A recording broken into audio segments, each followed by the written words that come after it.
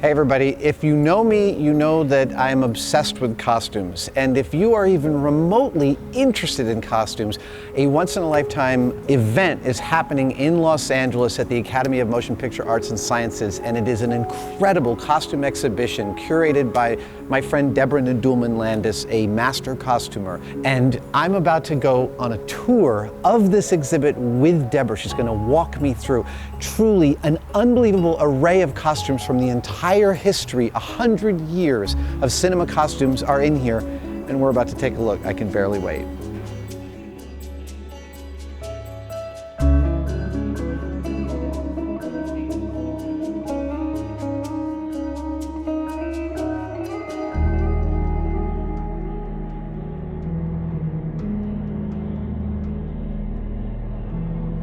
Good morning. What an unbelievable thing this is.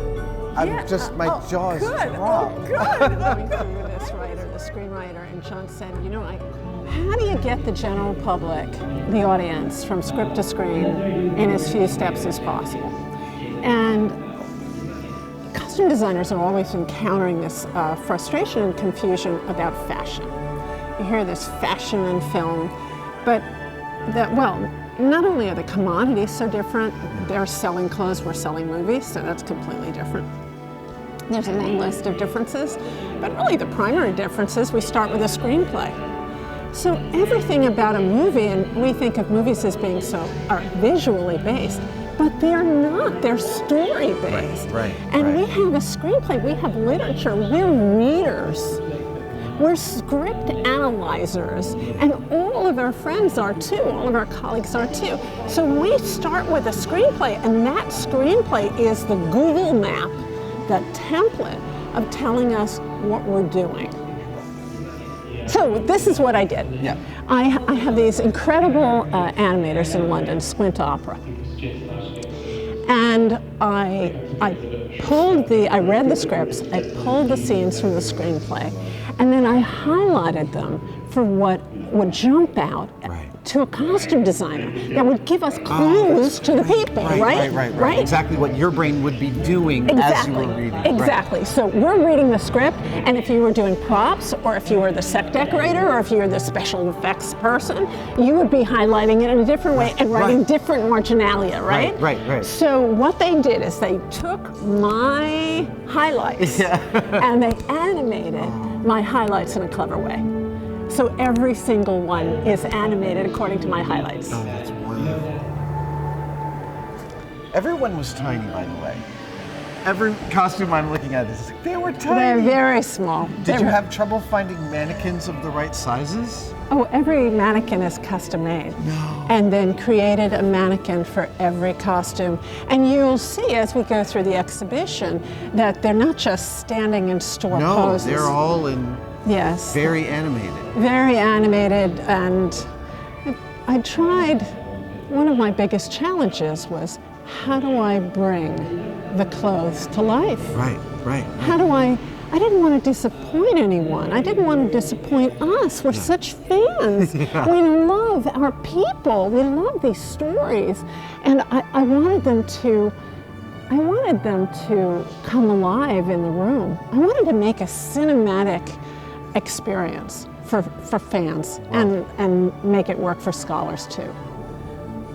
Costume exists in two worlds. Right. First, it's all about the story. Who are these people? Second part, they have to fit into the world that was created. So I picked Jeff Bridges as the dude, designed by Mary Zoffres, who works for the Coen brothers. And I took the dude in his natural habitat. Right? He was designed to be there. And then I put him in Saving Private Ryan. I put him at a wedding. And this notion that costumes have to be appropriate. Right. That's the definition of good costuming. Yeah. That it's the most appropriate. That's the most appropriate thing for the character to be wearing in any scene. Something can be really beautiful and be really wrong for a scene. And that's not such a good costume. Yeah. Did you notice that the Gap t-shirt is backwards? Oh, no. That's a Jacqueline West design Yeah. for David Fincher's movie Social Network. It's Jesse Eisenberg. So it's backwards because Social Network was shot entirely on stages in Culver City for Cambridge, for Harvard University. Right. And the 2 weeks that they shot on location was in Johns Hopkins. Harvard said no. So David Fincher, shot the entire exterior in a mirror. How come? I'm just going to say that again. Yeah. So he shot it all through a mirror because in Johns Hopkins the quadrangle was smaller or a different proportion than Harvard. And so everything when Jesse Eisenberg crosses the green was shot through a mirror. So all the vans, all the trucks, all the windows of all the shops, he walks into a pub, everything was mirror writing, including his Gap t-shirt. That's crazy. I mean, I knew about that story from Titanic. The left side and the right side of the that's ship. right. I had no idea. That's right. There are two Titanic dresses. Yeah. One closes on the left, one closes on the right, and we have one of them here. It's the same story, Amazing. but that's why that t-shirt's backwards and the story's in the label. How long did you think about this before the flow of the exhibition started to take form in your head? That's a great question. This exhibition is built from my teaching PowerPoint. Okay. So I have a teaching keynote because I had to figure out nobody understands what costume designers do. They don't understand our contribution, right? It's just all about this Halloween stuff. Yeah. And so, when your greatest work is stuff that you never notice, when your highest compliment is, I love the movie, what did you think of the costumes? I'm so sorry. I love the movie. When I go see it again this weekend, I'll note, you're right. So the greatest work to be a virtuoso is that you don't notice anything. How do you make that clear what that contribution is? We did a thing on Tested where I bought a samurai costume from Prop Store of London, from 47 Ronin. Of course you did. They gave me a deal on it because the movie tanked. Of course. And the armor is really easy to wear, of course, because it's meant to be worn all day. And we got a ton of response on the website from it. So we wanted to do this again. So I bought a pair of World War II costumes from the TV show Pacific. Okay. And I thought, I wonder how much response this is going to get, because these are just military uniforms.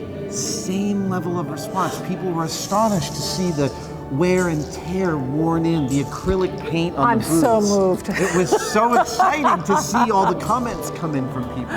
Yeah, well, that's the good news. That's the good news. Well, when I started teaching, I didn't teach costume designers. When I started teaching about 12 years ago, I wanted to teach directors. Right. And with the directors, and the directors are mostly guys. And I would have young directors come into my classroom and say, Professor Landis, I don't know how to sew. Can I be excused? and my response was, do you know how to read? Yeah. Yeah, and so I said, look, have you written a screenplay? And every young director's written a screenplay. How do we make the people in the screenplay come to life? That's what I'm here to help you do. Forget about fashion. Forget about that your girlfriend likes to shop, right? Yeah. That's not what this is. Is there anything in here, as you were gathering it, that opened up a new way of looking at costume for you? Well, I had to figure out a way to unpack, explain to the general audience. I mean, I really wanted this to be mostly about contemporary and modern movies. And what you're looking at in these two plinths are really modern movies of their time. I want this to stay up for years. My designer, Roger Mann in London, said, when we opened the exhibition, we walked out and he said, you know what we've done? We've created a permanent exhibition for a temporary show. Yes, you totally have. Yeah. So where did these mannequins all end up after this? Who knows? eBay. Like everything else. one of the hard parts about having a conversation in these galleries is that after we finished designing the show, I thought, I had this feeling that something was really missing. Because as I said, I wanted it to be a cinematic experience, an emotional experience. And then I woke up in the middle of the night and I thought, oh, I need film scores. And this is really all internal. I'm thinking about this and thinking, how am I going to put Gone with the Wind over Darth Vader? How am I going to put Indiana Jones over Chaplin or Mildred Pierce? It doesn't make any sense. And then I had to fight to commission a new score. So what you're hearing is 60 minutes of composed music. Just for this exhibit. Oh my gosh. Because it's reminiscent of movie after movie after movie. So my husband took a group of journalists around the show in London.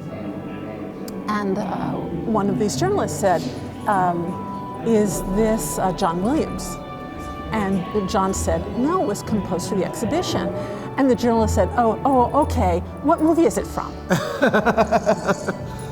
So it feels like a movie.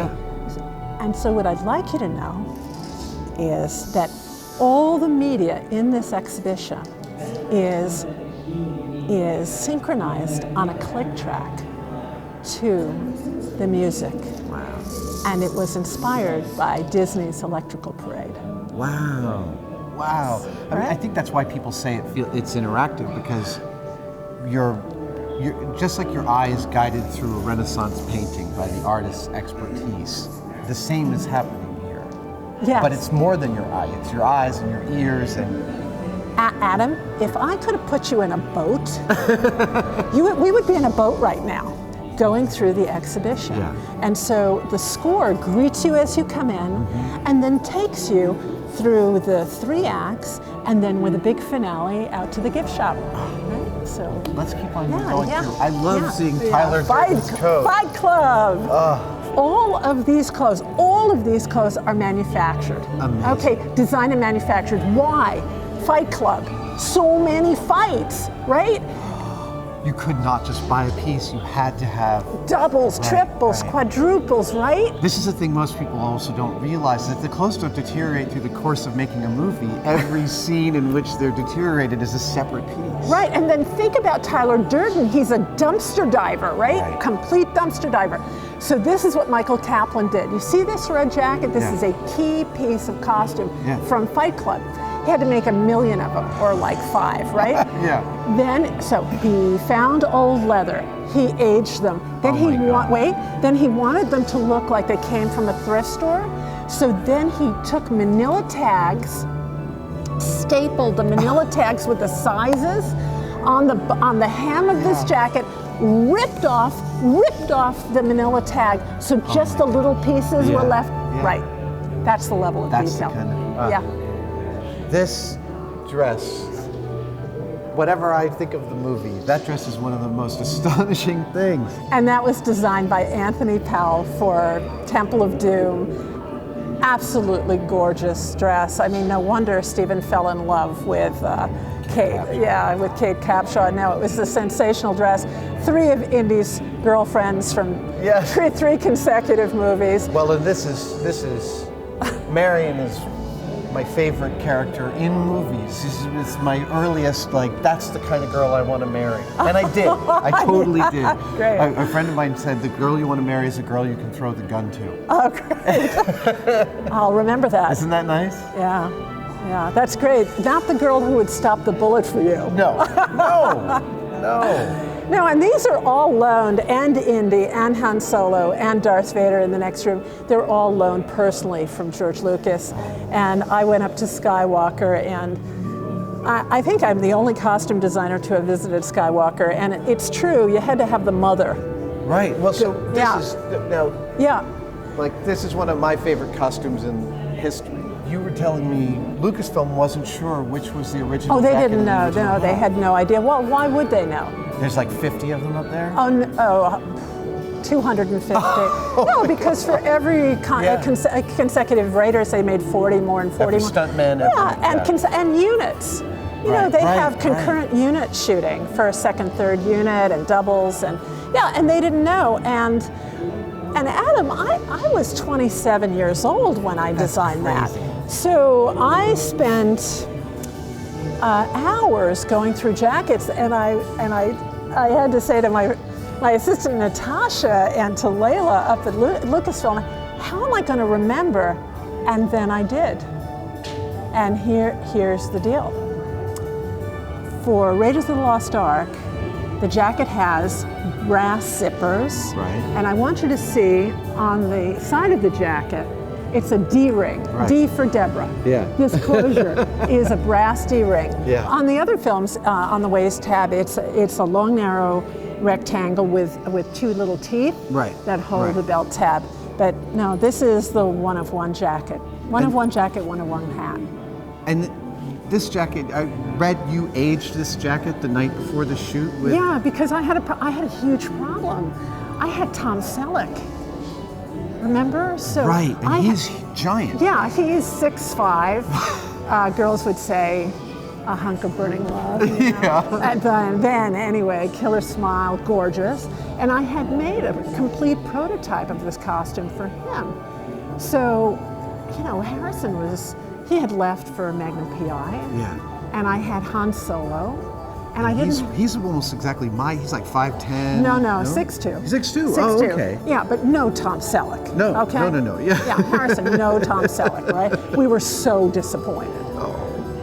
And so I had no choice but to make the jackets in London. So I had designed the costume for Tom Selleck, and then I continued working with Harrison and designing the costume at Bermans and Nathans, and we made the entire costume at Bermans and Nathans in London. So only one jacket was ready for the first day of shooting. Wow. And the first day of shooting was La Rochelle, France, and I carried it in my own luggage, and it was brand new, right from Bermans. And so I didn't have any alternative.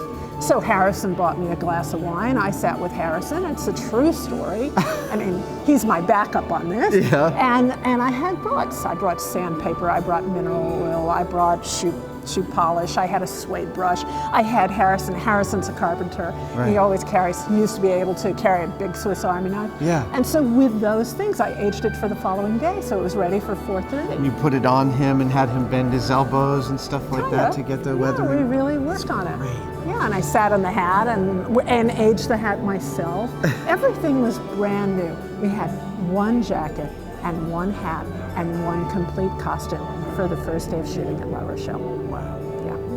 And actually, I did publish this in the catalog, but Steve knew exactly. I had to make an archetype come to life. So finally, I had drawing paper, and he was talking. Finally, I just gave him the sheet, and I said, "Draw it for me." And then I loved it so much, I had to sign it and date it. So the original is in Max's room. Yeah, Max's legacy. Right. Now, to almost the polar opposite of worn out. Aren't these boring? I mean, they're so boring. I mean, this is what, you hear Hollywood costume, and this is what everybody, give the public what they want. They're gorgeous, but probably the easiest genre to design is period. Really? Yeah, of course. Because you have expectations and you can meet them. And the costume designer is considered to be the expert. Right. And everybody expects them to look something like this. These are particularly gorgeous examples, and really the key here is it's 4 different Queen Elizabeth I.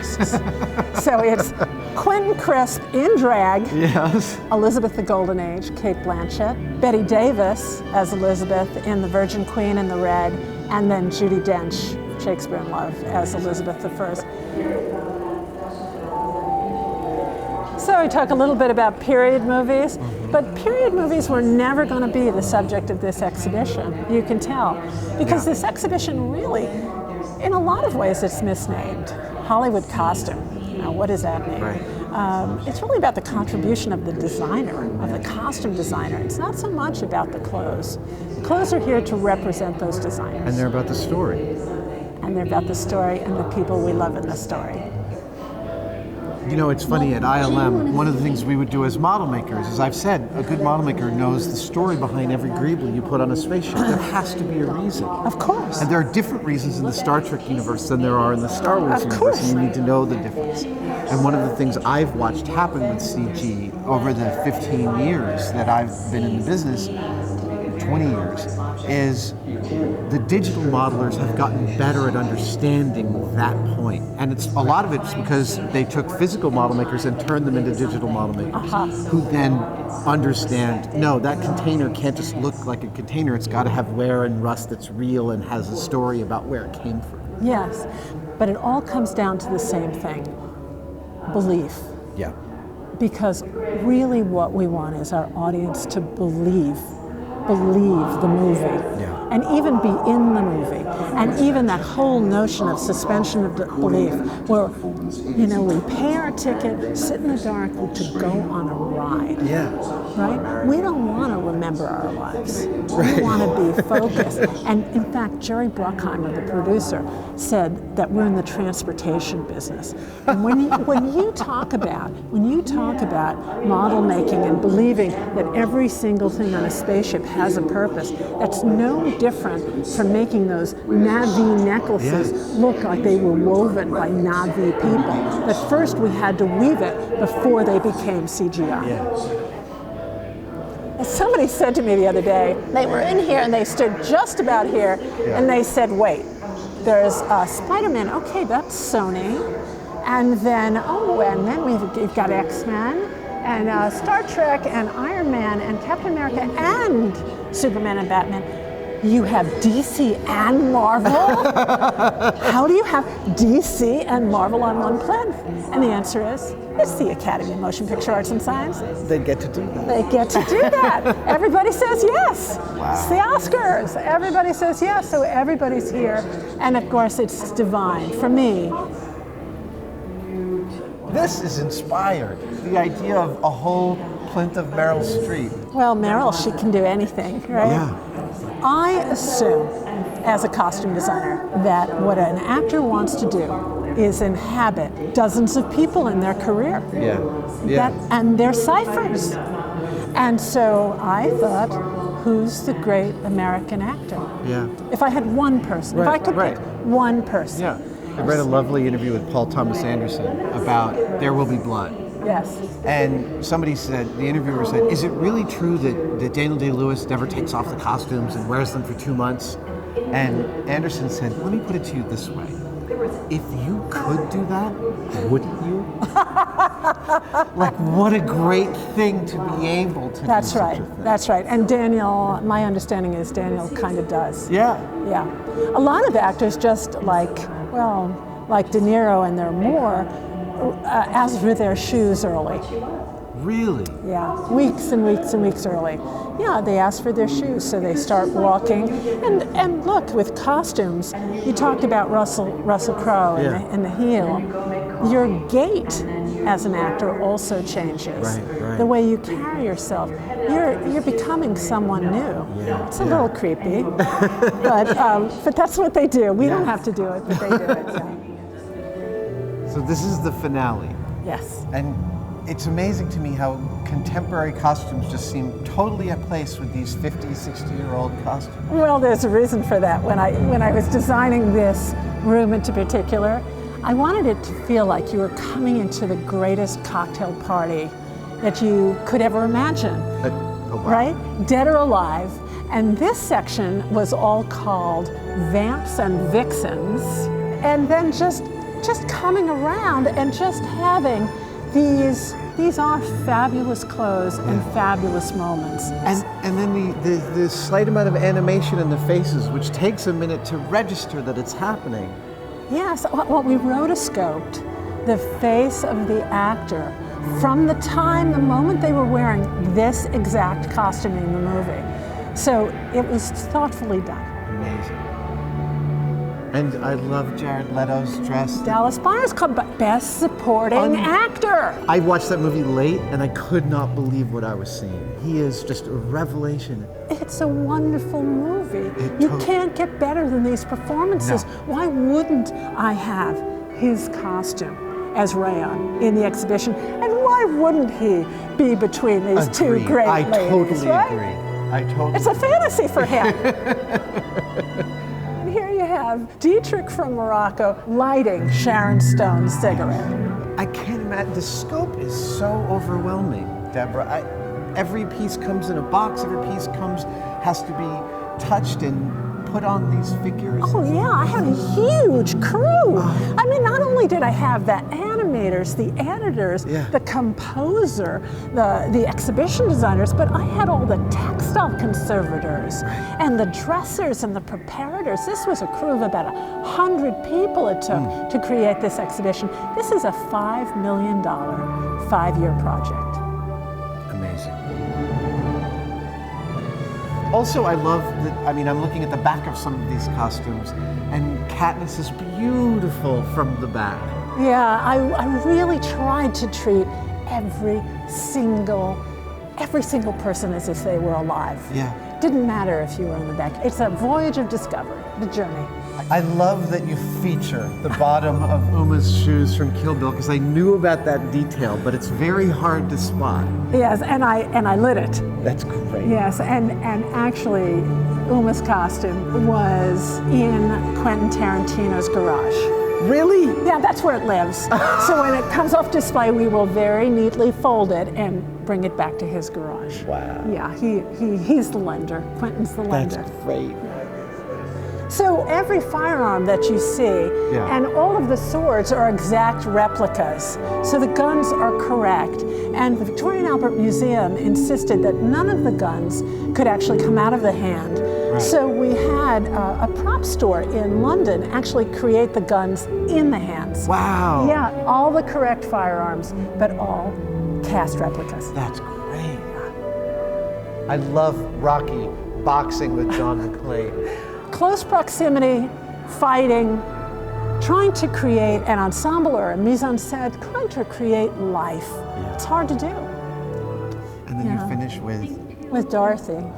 Yeah, I would like to say Auntie Em made this dress. Right. Because Adrian, who was one of the greatest designers in Hollywood ever, and could design anything, and really designed movies for Greta Garbo, Joan Crawford, Jean Harlow, that's what he's known for. Yeah. Also designed The Wizard of Oz, which was his favorite movie as a little boy. And he had, when he started designing this film, he had all of his notebooks because he had designed the book, the movie. He had designed the movie when he was 15, 12, and really? 15. Oh yes, he loved it. He loved this book.